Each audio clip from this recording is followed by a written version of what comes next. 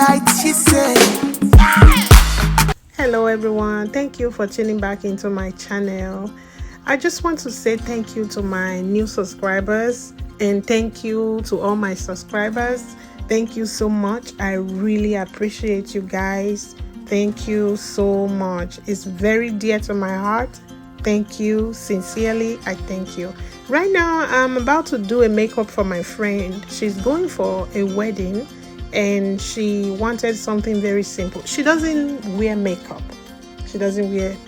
So because of that, I had to do something very simple for her that will work with her own preference. I didn't do too much. So I just finished with her eyebrows and I'm just blending out the concealer now that I'm going to use as a eyeshadow base for my eyeshadow.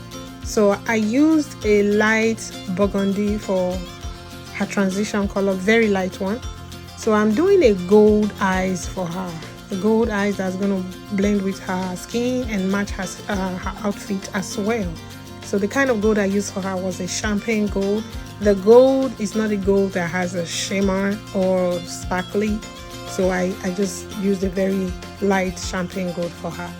Now I'm applying my concealer, no, my primer. Sorry, I'm applying my primer. The primer I'm using now is my MAC Prep and Prime, and then I used the MAC Match Master for her, color 8.0. That's the closest to her skin tone, and because it adjusts to your skin tone as well, MAC Match Master adjusts to your skin tone. This was the best color for her. So I'm just blending out her foundation now, and after that I'm going to use a concealer in MAC NC 45. So she already has a very nice cheekbone. So because she has a nice cheekbone, I'm not going to do too much contour for her because she already has a natural nice cheekbone. So now I'm just blending out her foundation, and then I'll apply my concealer and blend it out. So after that, I will apply my RCMA baking powder. I like to use RCMA white baking powder because to me it holds the baking process very well. It holds the baking process very, very well, and you end up with a very flawless looking makeup, foundation and everything. It comes out really nice. So I'm adding my RCMA baking powder now, and then after that I'll just go ahead and use my finishing powder on the remaining part of her face.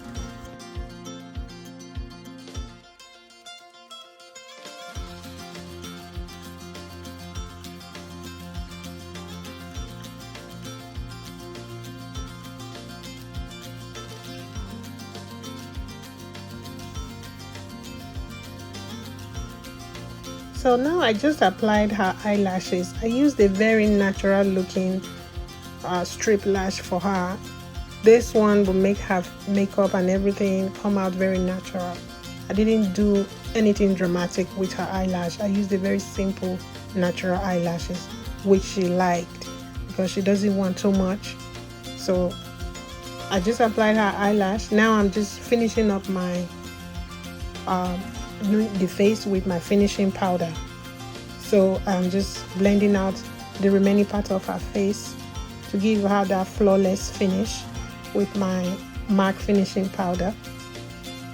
So for the finishing powder, I used MAC Mineralized Skin Finish Powder in Dark Tan. That's the finishing powder I use for her. Now I'm just using a setting spray. My setting spray is e.l.f. I'm using that now to hold everything together. I really like using e.l.f. setting spray because it feels very light on your face. I use it for myself a lot. It's very light and very refreshing.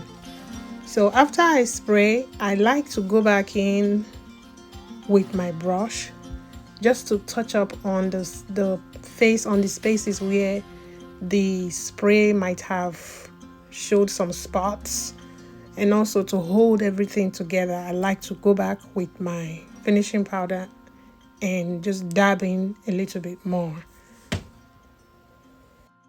So next I'm going to go in with her blush.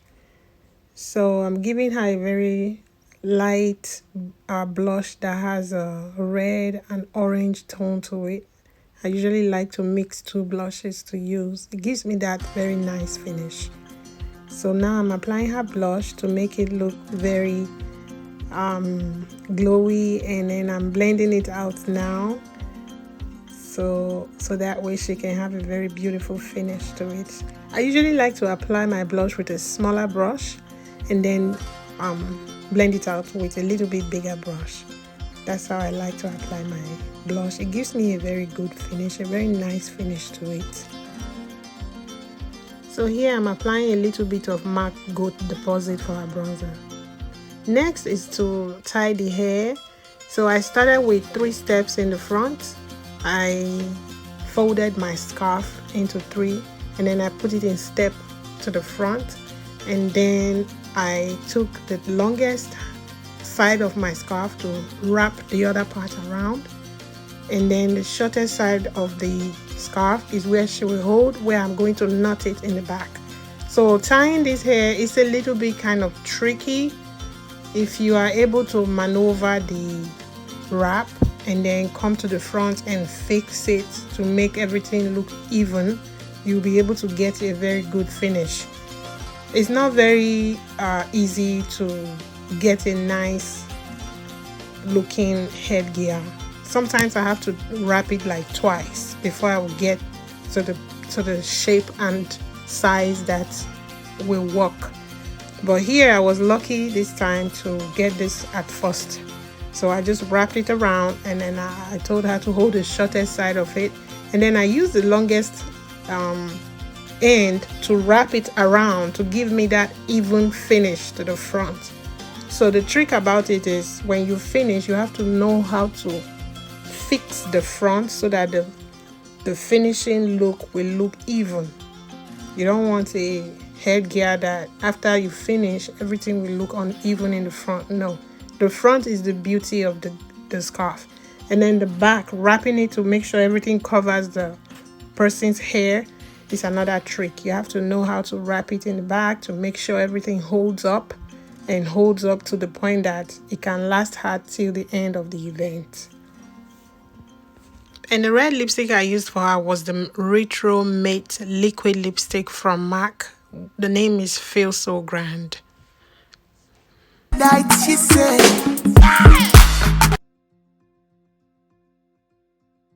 And now we're done, and she's ready to go have some good time.